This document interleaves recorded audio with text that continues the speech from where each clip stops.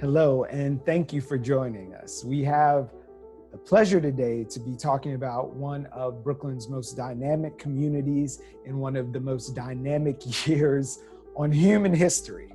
It's 2020. We're in the middle of a global pandemic and a systemic movement to change the way that Americans relate to each other.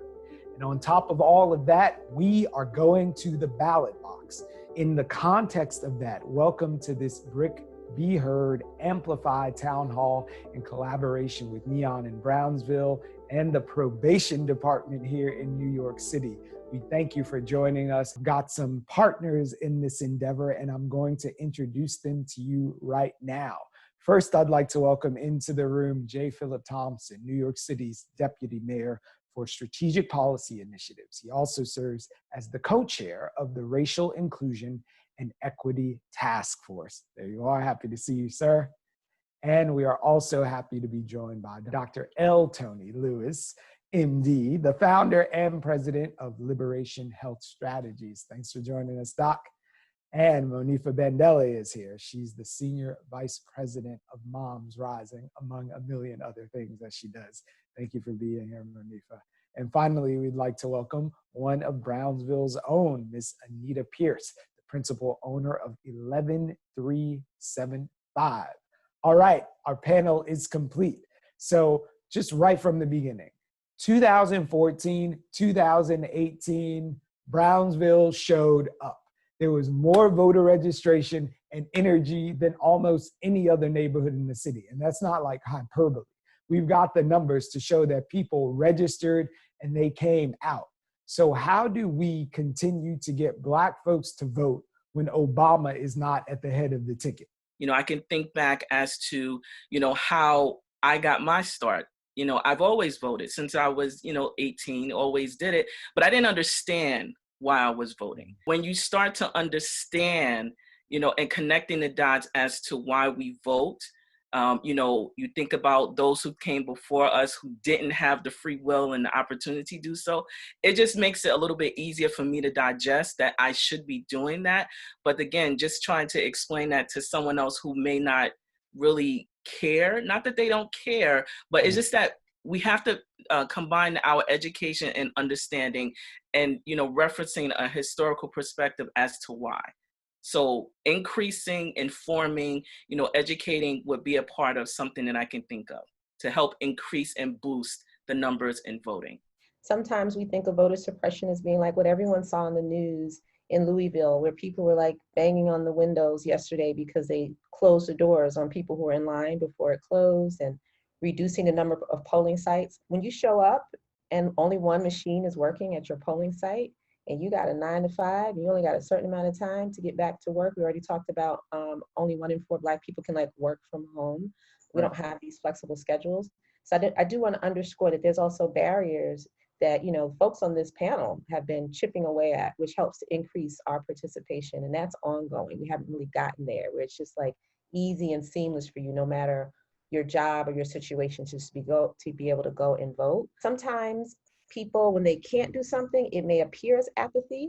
They may not say, oh, I'm not sure if I can vote because I have a criminal conviction and I don't really understand the law around if people on parole or probation can vote, or my job doesn't allow me to be flexible. Those pieces are in there too. So we got to attack the barriers and do the inspiration. So Deputy Mayor, on this theme of voting and really using our collective power, in an earlier conversation, you mentioned just the sheer number of folks who are on Medicaid and Medicare and looking at that as a potential voting block. I wonder what other sort of potential voting blocks haven't coalesced yet that could really use their power and get some things to move. First of all, Brownsville had elected a pretty effective city councilwoman, and so some things have been working right in Brownsville.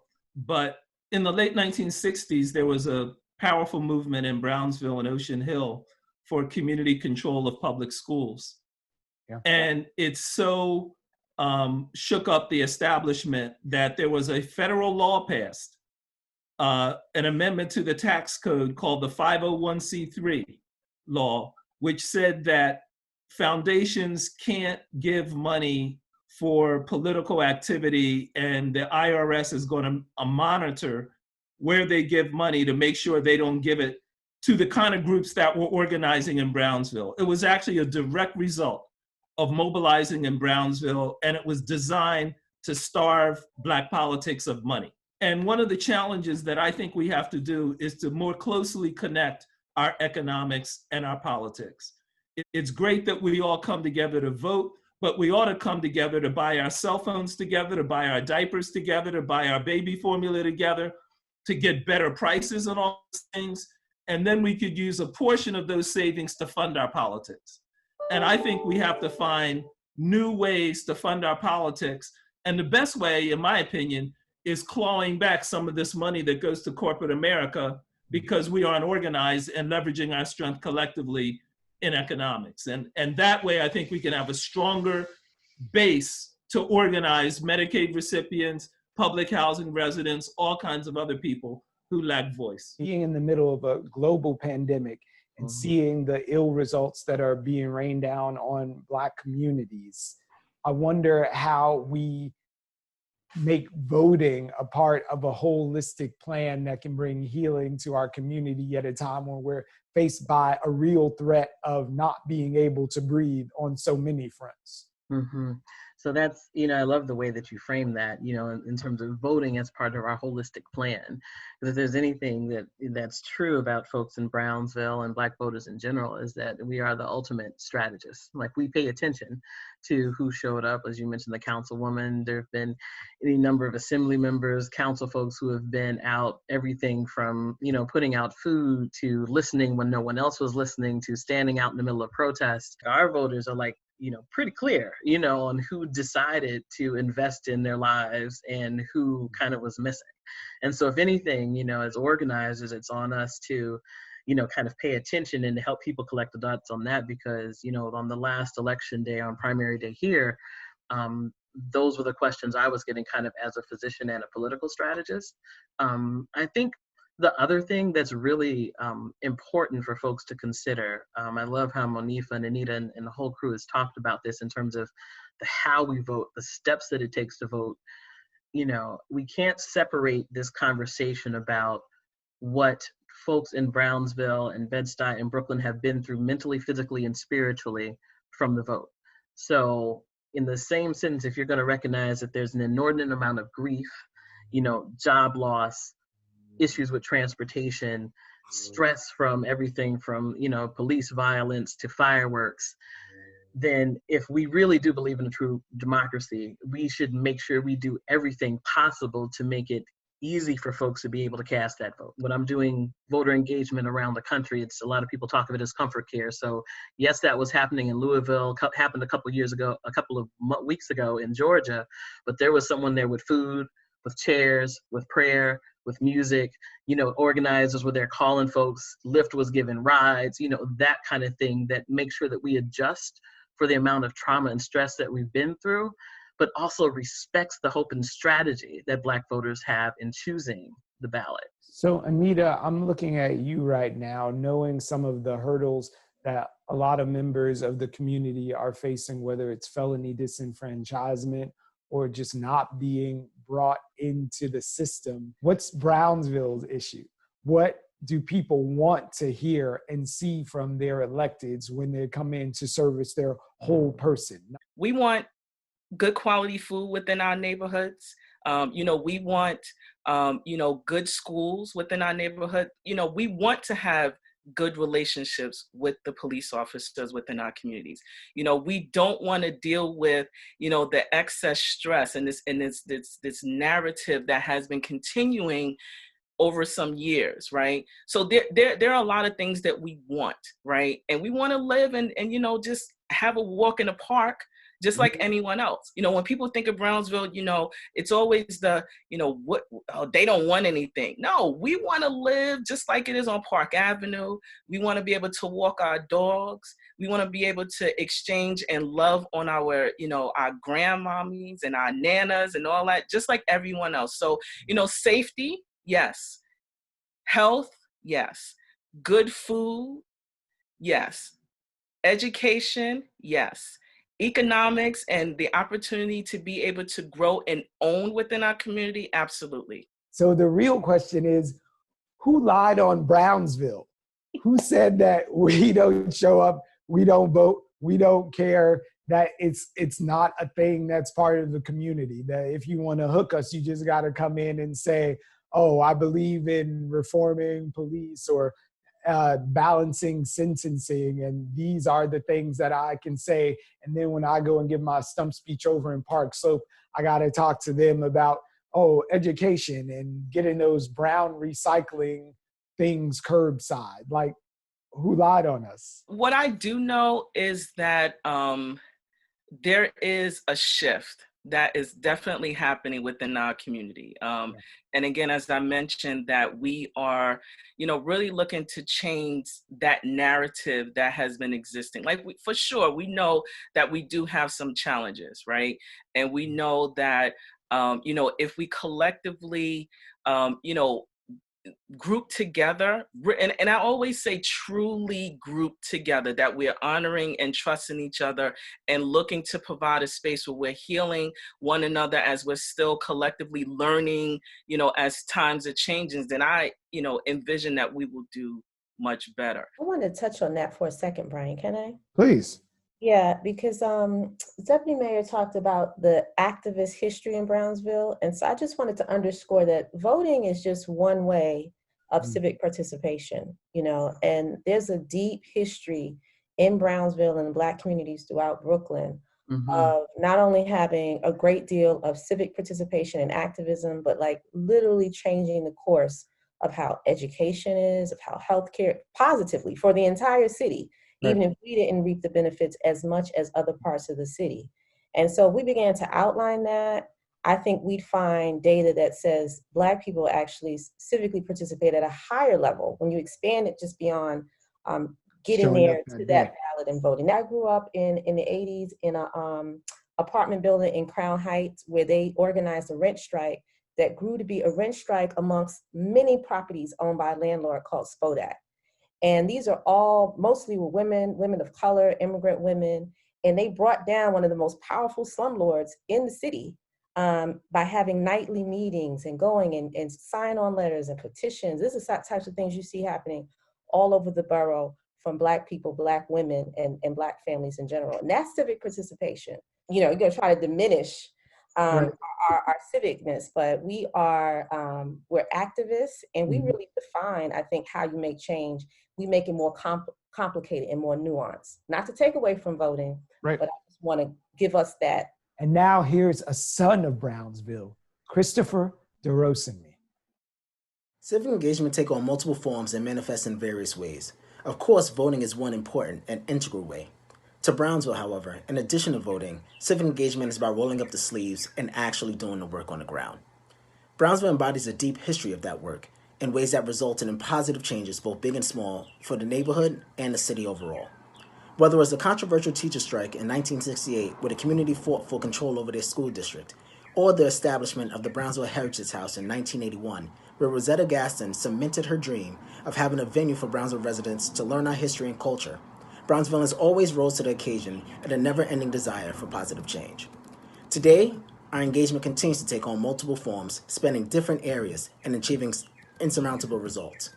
MJB Pops, an outdoor marketplace for grassroots entrepreneurs, was an idea inspired by Brownsville residents who have been asking for more food and retail options in the neighborhood, getting the city and nonprofit groups to pitch in the process.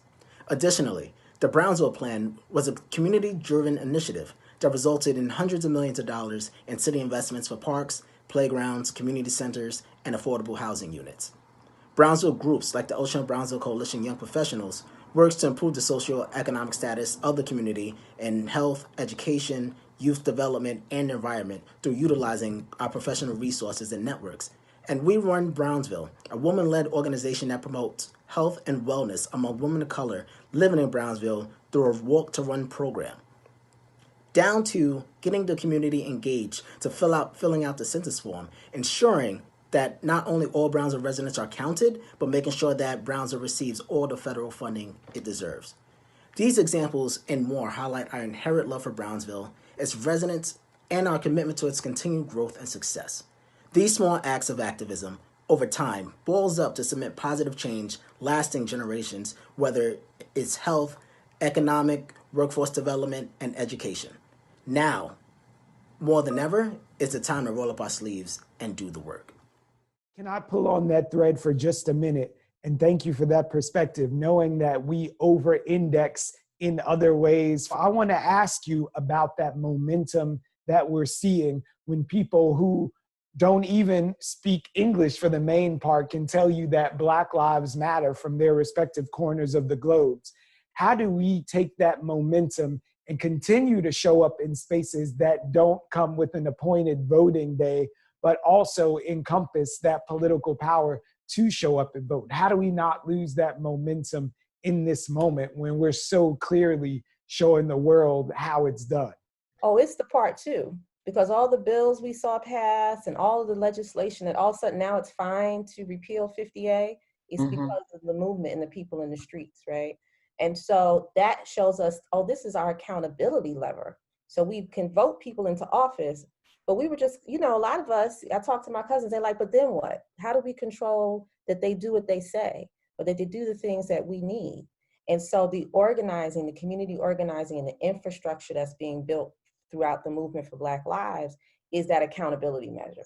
It's saying, this is what you ran on, or maybe you didn't even run on this, but we're gonna hold you accountable, Jumped hold on. you to the fire, Can and I, know that we'll show up if you change course. Deputy Mayor Thompson. I just wanted to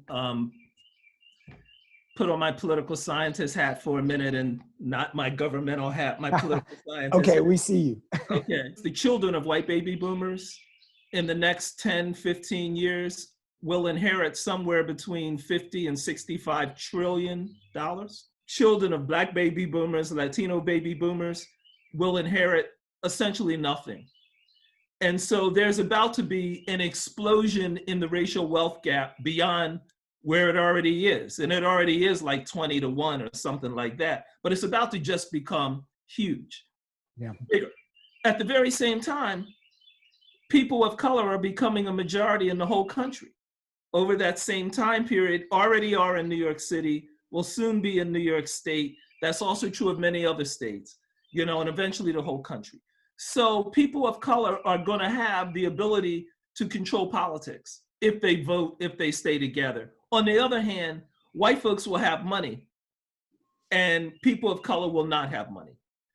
Expect that a whole lot of white money is going to get involved in Black and Latino politics. Yeah. And so I think we have to prepare ourselves for these new dynamics that are about to occur in our communities, you know, by being very clear that there is real power in legislatures, in government, and we have to be ready to do what Monifa was just mentioning a minute ago, or Anita was too, being very clear of what we want to do with that power. So, Dr. Toni, I see you unmuting over there.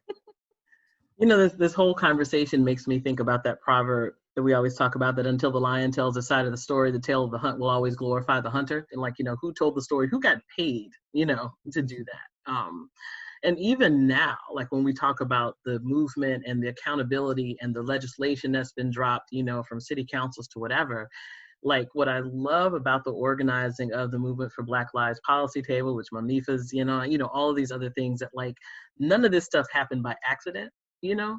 And that's got to be our story all the way up and down, like our accountability. We are all clear that it's not just about voting, that it's not just about voting someone who made a promise, that like anything that you put in can be rolled back. We saw what happened with Voting Rights Act and all the other things. And so now that all of that stuff is coalescing, and there's this great policy and this movement and this wind and this moment and this pandemic, like just putting all that together and making sure that we always at every step acknowledge our historic and our ancestral strategy and this moment right here, which includes us head on addressing racism and power. That's the key to like continuing, because I think people see and feel that like, wait, there's a moment and there's a way to win. And there's a way to make this about, you know, what Anita said, the joy and liberation and the good plate and the, you know, dancing and our kids being like free in a way that, you know, our ancestors couldn't imagine, that we are even trying to build. So I just like tying it all together. It's just, I feel hope here, especially with this group of people on this panel. Well, time together is a great place to end. I thank you all for the time that you've devoted to being with us today and really waking up so many parts of my spirit personally. So Deputy Mayor J. Phillip Thompson, Dr. L. Toni Lewis, Anita Pierce, Monifa Bandele, you guys were all spectacular and reminded us of why we asked you to be here. Thank you for being part of our community and sharing your voices in our forum. We really, truly appreciate it. Thank you. Thank you. Thank you. And now we're going to close with a word from New York City's Commissioner of Probation, Ms. Ana Bermudez. Hello, everybody. Thank you for having me as part of this panel and this discussion. It's an honor, and I want to do some thank yous first before I say what I would like to say about the conversation. To BRIC Media for providing this platform, the expertise that you bring, and not to mention the enthusiasm of everybody who put this together. This was phenomenal. The Brownsville stakeholder group, some of whom are represented here, even though officially the state was on pause, you never paused about anything. You were in it, doing everything that we could, for the Brownsville community. And I have to say that the biggest thing I want to say is thank you. Thank you for your comments and your thoughts. I learned a lot.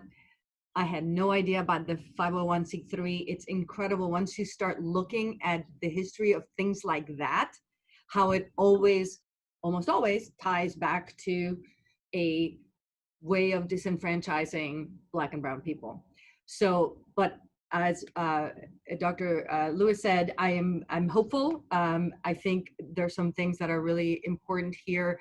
Anita, what you said as to always linking it to the why of why are we voting. I always try to come up with like a call to action kind of thing, but I want to put ourselves, the Department of Probation's NeONs, at your service, whether for forums, whether for, to host things so that we can get the voice, the message out, and tying the importance of voting as a civic right, as well as then the whys behind it. So I'm so glad that BRIC, you put this together, and that the NeON stakeholder group and partners wanted to get the messages out to the community of Brownsville. And of course, Deputy Mayor Thompson, thank you so much for your words, your wisdom, and your commitment.